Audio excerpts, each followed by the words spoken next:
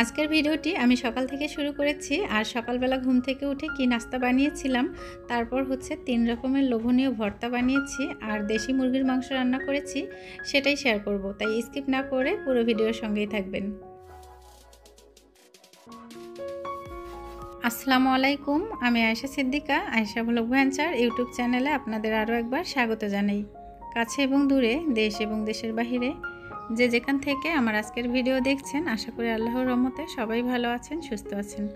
আলহামদুলিল্লাহ আমিও ভালো আছি। তবে আমার ছেলের শরীরটা ভালো নেই। ও গতকালকেও স্কুলে যেতে পারিনি, আজকেও কিন্তু আমি ওকে স্কুলে নিয়ে যেতে পারিনি। ওর জ্বর এসেছে, এখনও জ্বরটা পুরোপুরিভাবে ভালো হয়নি। আর যেহেতু জ্বর হলে শরীরটা একটু দুর্বল হয়ে যায়, যার জন্য আমি রেস্টে রেখে দিয়েছি। আমার মেয়ে কিন্তু অনেক সকালে ঘুম থেকে উঠে, ও যখন 6টা বাজে তখনই কিন্তু ঘুম থেকে উঠে পড়েছে।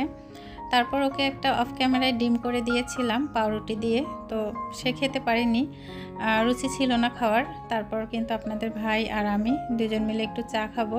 তো এই যে পাউরুটিটা একটু হালকা হিটে দিয়ে আমি এভাবে লাল লাল করে একটু ভেজে নিয়েছি। খেতে কিন্তু অনেকটা ভালো লাগে।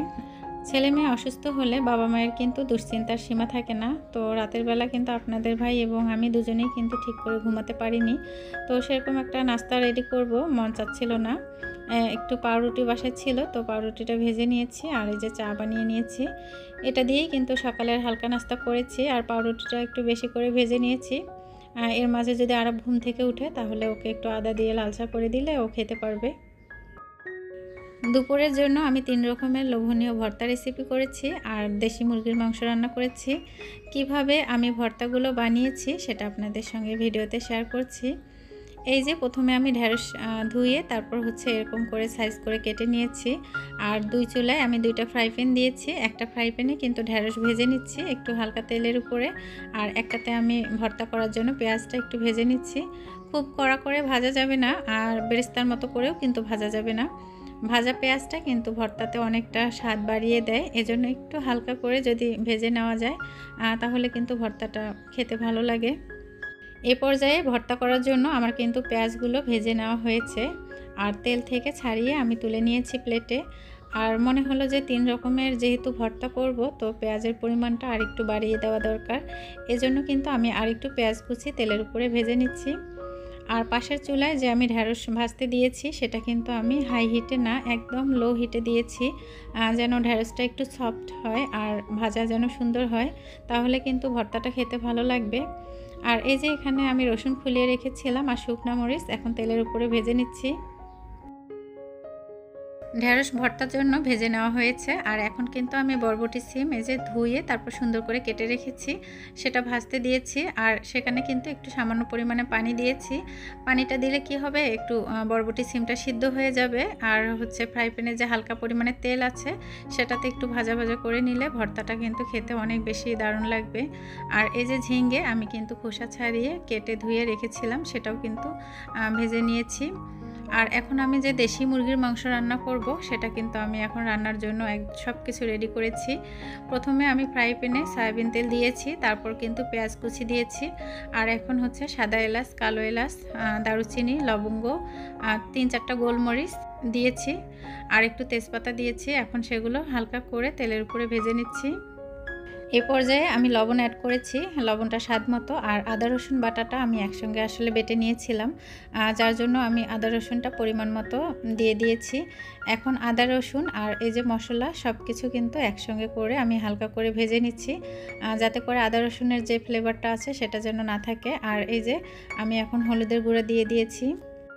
আমি যে কোনো রান্নাতে কিন্তু মরিচের পরিমাণটা একটু কম ব্যবহার করি। তো আপনারা যারা ঝাল খেতে অনেক বেশি পছন্দ করেন, আপনাদের পছন্দ মতো হচ্ছে মরিচের গুঁড়াটা ইউজ করবেন। আর এই যে রাঁধুনি যে মাংসের মশলাটা আছে, সেটাও কিন্তু আমি এখানে দিয়ে দিচ্ছি।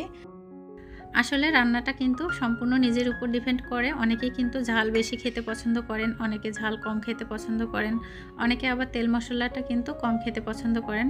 আমি যে রান্নাতে তেল মশলাটা ব্যবহার করি, আমি মনে করি যে আমি পরিমাণ মতোই ব্যবহার করি, খুব বেশি না আবার খুব কমও না। তো আমাদের যেহেতু সবাই ঝাল খেতে পারি না সেরকম একটা, তো ঝালের ক্ষেত্রে আমি কিন্তু গুঁড়া মরিচটা একটু কমই ব্যবহার করি।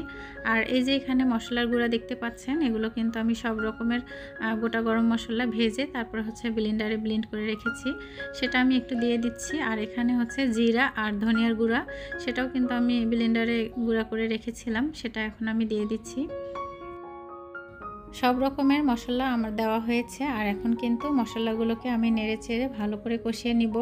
আর দেশি মুরগির মাংসটা কেটে আমি ধুয়ে ভালো করে পরিষ্কার করে রেখেছি। মশলা কষিয়ে নেওয়া হয়েছে, আর এখন কিন্তু আমি মুরগির মাংসগুলো দিয়ে দিব। আর ভিডিওতে আপনাদেরকে দেখিয়ে দিচ্ছি, এই যে ছোট ছোট কিন্তু ডিম হয়েছে। মুরগিটা কিন্তু ভালো ছিল, আপনাদের ভাই 2টা মুরগি নিয়ে এসেছিল। তো একটা কিন্তু আমি আগে রান্না করেছি, আর এই যে এখন একটা রান্না করতেছি। তো গতকালকে রান্না করেছিলাম, সেটাতে কিন্তু আরও ঝাল দেইনি, মানে শুধুমাত্র হচ্ছে কাঁচামরিচ দিয়ে 2 ভাই বোনের জন্য রান্না করেছি। তো আজকে একটু মনে করলাম যে আলু দিয়ে রসুন দিয়ে আমি একটু হালকা ঝাল ঝাল করে রান্না করব। যে কোনো ধরনের মাংস রান্নার ক্ষেত্রে কিন্তু মাংসটা ভালো করে কষিয়ে নিলে তার টেস্ট কিন্তু দ্বিগুণ হয়। তো যতটুকু আপনারা সময় দিয়ে রান্না করতে পারবেন ততই কিন্তু রান্নার স্বাদ হবে। তো ধীরে ধীরে যদি আমরা একটু সময় দিয়ে ভালো করে কষিয়ে রান্নাটা করি তাহলে কিন্তু স্বাদ পাওয়া যাবে। আর একসঙ্গে যদি অনেক পানি দিয়ে আমরা রান্নাটা করি, ঢেকে রেখে দিই, তাহলে শুধু কিন্তু সিদ্ধই হবে, কোনো স্বাদ পাওয়া যাবে না। তো প্রথম টাইমে আমার কষিয়ে নেওয়া হয়ে গিয়েছে মাংসগুলো, তো এখন হচ্ছে সেকেন্ড টাইম আমি আবার কষিয়ে নিচ্ছি। আর পাশের চুলায় যে গরম পানি দিয়েছি সেটা কিন্তু আমি একটু একটু করে অ্যাড করছি আর মাংসটা রান্না করেছি। তো এই যে কখনো ঢাকনা লাগিয়ে দিয়ে আবার কখনো ঢাকনা খুলে এভাবেই কিন্তু মাংসটা রান্না করতে হবে। যারা আমার ভিডিওটি দেখছেন এবং প্রথম থেকে ভিডিওটি দেখে এ পর্যন্ত চলে এসেছেন, তারা যদি লাইক করতে ভুলে গিয়ে থাকেন তাহলে প্লিজ ভিডিওটিতে একটা লাইক করে দিবেন। নিশ্চয়ই আপনাদের কাছে মনে হচ্ছে যে ভর্তা বানানোর জন্য সব কিছু রেডি করেছে, কিন্তু ভর্তা না দেখিয়ে মুরগির মাংস কেন রান্না করছে। আসলে ভর্তার জন্য আমি সব কিছু রেডি করে রেখেছি, আর আমি কাজগুলো এভাবে গুছিয়ে করি, তা না হলে আমার কাজের অনেকটা দেরি হয়ে যায়। এই যে মুরগির মাংসটা আমি যে রান্না করতে দিয়েছি এটা রান্না হবে, আর এদিকে কিন্তু আমার ভর্তা বানানো শেষ হয়ে যাবে।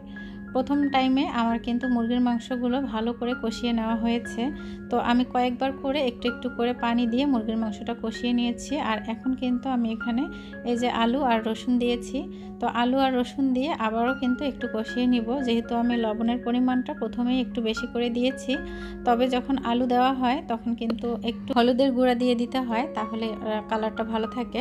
আর তা না হলে আলু দেওয়ার পর যদি একটু হলুদের গুঁড়া দেওয়া না হয় সেক্ষেত্রে কিন্তু মাংসের কালারটা একদম সাদা সাদা হয়ে যায়। দেশি মুরগি রান্নার সময় কিন্তু অবশ্যই মুরগির মাংসটা আগে ভালো করে কষিয়ে নিতে হবে, আর বেশ কয়েকবার একটু একটু করে পানি অ্যাড করে কষিয়ে নিতে হবে। তারপর কিন্তু আমরা যদি আলু কিংবা পটল বা অন্য কোনো ভেজিটেবল দেই তাহলে তারপর কিন্তু অ্যাড করতে হবে। যেহেতু দেশি মুরগির মাংসটা অন্যান্য মুরগির মাংসের থেকে একটু শক্ত হয়, তাই মাংসটাকে ভালো করে সিদ্ধ করে নিয়ে তারপর কিন্তু অন্য ভেজিটেবলগুলো অ্যাড করে দিতে হবে। তো আমি এখানে আলু দিয়েছি আর রসুন দিয়েছি, তারপর একটু ভালো করে কষিয়ে নিয়েছি। এখন কিন্তু আবারও একটু পানি দিয়ে দিচ্ছি। দেশি মুরগির মাংস যদি এভাবে রান্না করেন তাহলে কিন্তু বাড়ির সবাই খেতে অনেক বেশি পছন্দ করবে, আর আমাদের কাছেও কিন্তু খেতে অনেক বেশি ভালো লেগেছে। আশা করি এভাবে ট্রাই করবেন, আপনাদের কাছেও ভালো লাগবে।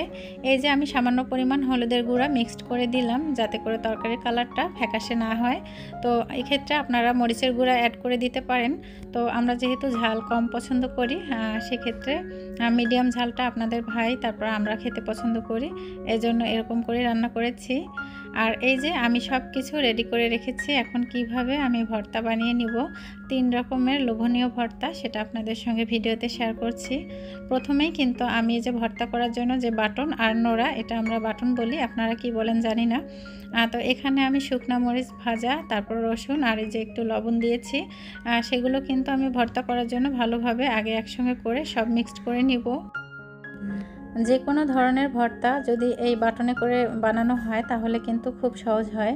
আমরা যদি প্লেটে অনেকে আছেন যারা প্লেটে গ্লাস দিয়ে করে থাকেন কিংবা হাত দিয়ে করে থাকেন, আমি মনে করি হাত দিয়ে যদি শুকনো মরিচটা খুব বেশি ধরা হয় সেক্ষেত্রে কিন্তু হাত জ্বালা পোড়া করে। তো এরকম করে যদি ভর্তা করা হয় তাহলে কিন্তু হাত খুব বেশি জ্বলবে না। এই যে ভর্তা করার জন্য যতটুকু হাত দিতে হচ্ছে ততটুকুই কিন্তু, এর বেশি কিন্তু আর মরিচটা হাত দিয়ে ধরতে হচ্ছে না। তো প্রথমেই আমি শুকনো মরিচ, রসুন, লবণ দিয়ে ভালো করে বেটে নিয়েছি। আর এখন কিন্তু আমি বরবটি সিম যে ভেজে রেখেছিলাম সেটা কিন্তু ভালো করে বেটে নিচ্ছি। 3 রকমের ভর্তা করেছি, এতটা শান্তি পেয়েছি ভাত খাওয়ার সময় আসলে বলে বোঝাতে পারবো না। অনেকটা দিন মুখে রুচি নষ্ট হয়ে গিয়েছিল। আসলে একা একা রান্না করে খাওয়ার পর এমন একটা পরিস্থিতি হয়ে যায়, তখন কিন্তু মনে হয় যে কেউ যদি একটু ভর্তা দিয়ে ভাত করে দিত, সেটাও মনে হয় অনেকটা তৃপ্তি সহকারে খেতাম। তো আজকে চিন্তা করলাম যে আমি নিজেই 3 রকমের ভর্তা বাসায় তৈরি করব, আর এজন্যই কিন্তু আমি 3 রকমের ভর্তা রেসিপি করেছি, আর সেটা আপনাদের সঙ্গে ভিডিওতে শেয়ার করছি।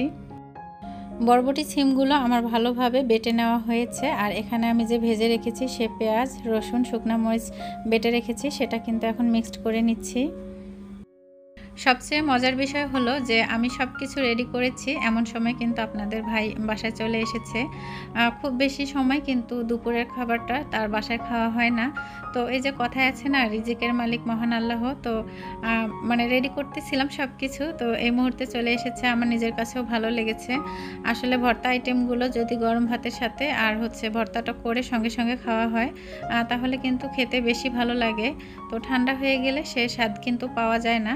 তো আপনাদের ভাই কিন্তু দুপুরবেলা চলে এসেছে, আসলে বাসার আশেপাশে একটু ওর কাজ ছিল, সে কাজ করতে এসে বাসায় চলে এসেছে দুপুরের খাবারের জন্য। আর এদিকে কিন্তু আমারও রান্নাটা প্রায় শেষের দিকে ছিল, যেহেতু মুরগির মাংসটা আমি রান্না করতে দিয়েছি, দিয়ে এসে আমি ভর্তাটা রেডি করতেছিলাম।